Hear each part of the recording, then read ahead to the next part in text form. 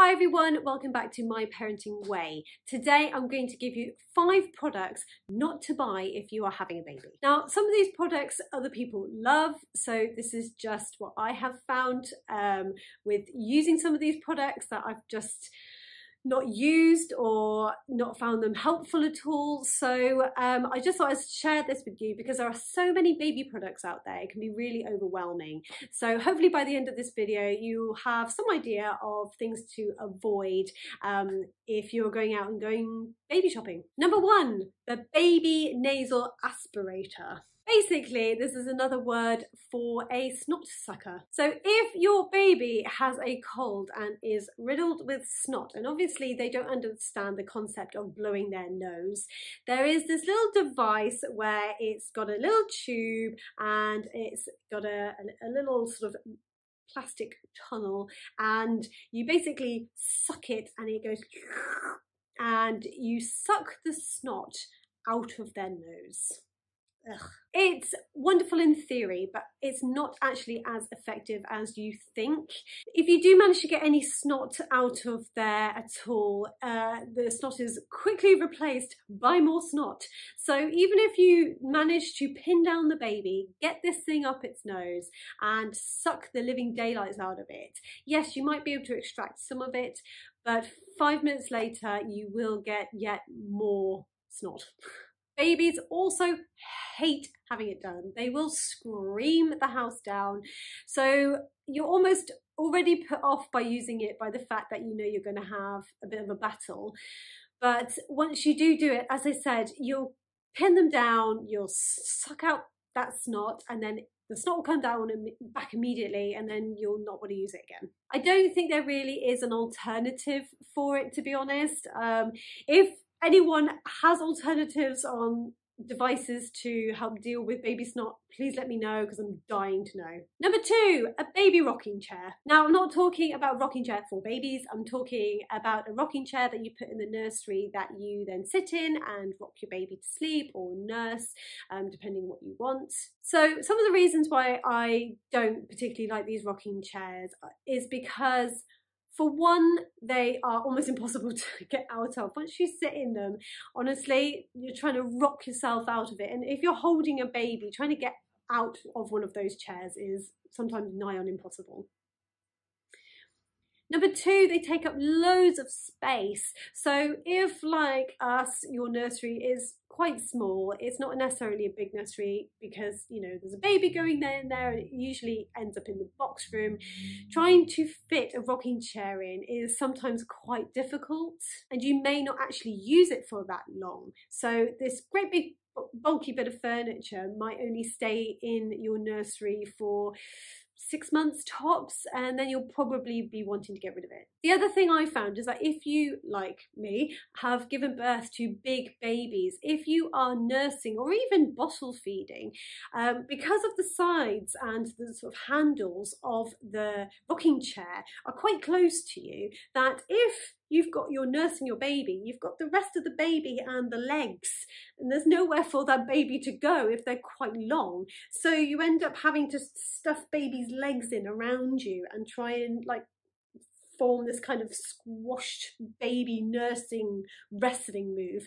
And as a result, I just didn't find it that useful. Number 3, a nappy bag. So these are bags purposely designed to hold your nappies, as the title suggests, and usually they have an area for bottles and extra zips, and sometimes they have extra little ties that they then put on prams, so you can put it on your pram as you go walking.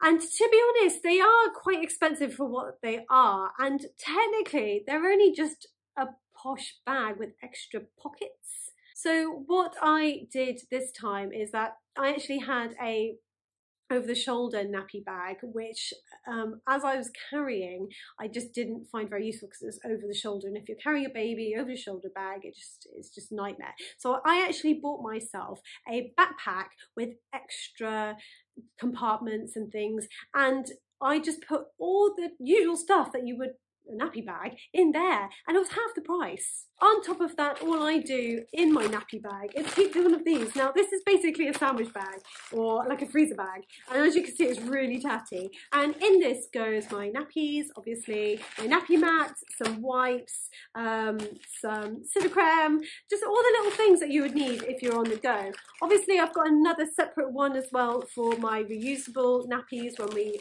use our reusable nappies when we go out, but this is just for emergency disposable if we need it. And this basically just goes into my backpack, and then whenever we're out and about and Aiden does the poo or a wee and needs changing quickly, I literally just grab this and go straight to the changing area, and it's all there. It means I'm not sort of shuffling around a massive bag for ages, and it's really handy. Number 4, I don't understand changing tables. So changing tables for me are these specifically designed tables that you put mats on, and they've got usually a little lip that sits on top of some drawers on the bottom, and I find them really expensive for what they are. You can only use them for 5 minutes really, because you are using them specifically to change nappies, and it means that you can't use the set of drawers or it for anything else other than a changing table, which for me is a bit of a useless bit of furniture. For us, what we did in our house is we just got a really basic IKEA set of drawers that we found to be the right height for changing, and we just slapped a really cheap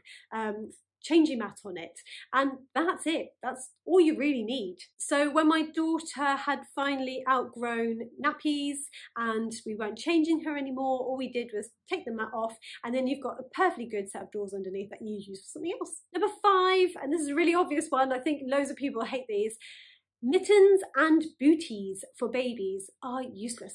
So most sleep suits, which is the exact thing that you're going to shove baby in for at least the first 3 months of their life, they all have built-in mittens in the arms and hands anyway, that you kind of roll over and to keep their hands from scratching themselves, and they cover their feet. So why would you need booties? Also, you are guaranteed that no matter what you do, no matter how much you try, one of them will fall off and land somewhere on a walk, or they'll fall off in your house and you have no idea where they are, or they'll fall off in your bag and you won't see it for 6 months until you clean out that bag and you're like, oh, there's the other booty. Oh. So for me, don't waste money on them. If you are buying a present for someone who's pregnant, do not buy them booties or mittens. It's a waste of time. So there you go, very quickly, my 5 products that I would not waste money on if you are pregnant or you're about to have a baby or you're buying for someone who's about to have a baby, because for me, there are other things to spend your money on. Please check out my 5 things we bought this time when I was pregnant with my son Aiden, to give you a better idea of what we spent our money on this time compared to my daughter last time, and that might give you a few ideas on what to spend your money on if you're about to have a baby. And I've also done a review of all those products, which I hope you find useful. So there you go. Please leave a comment below if you find this useful, and please hit the subscribe button for all our updates on us as a family and Aiden as he's growing up, and I'll see you next time.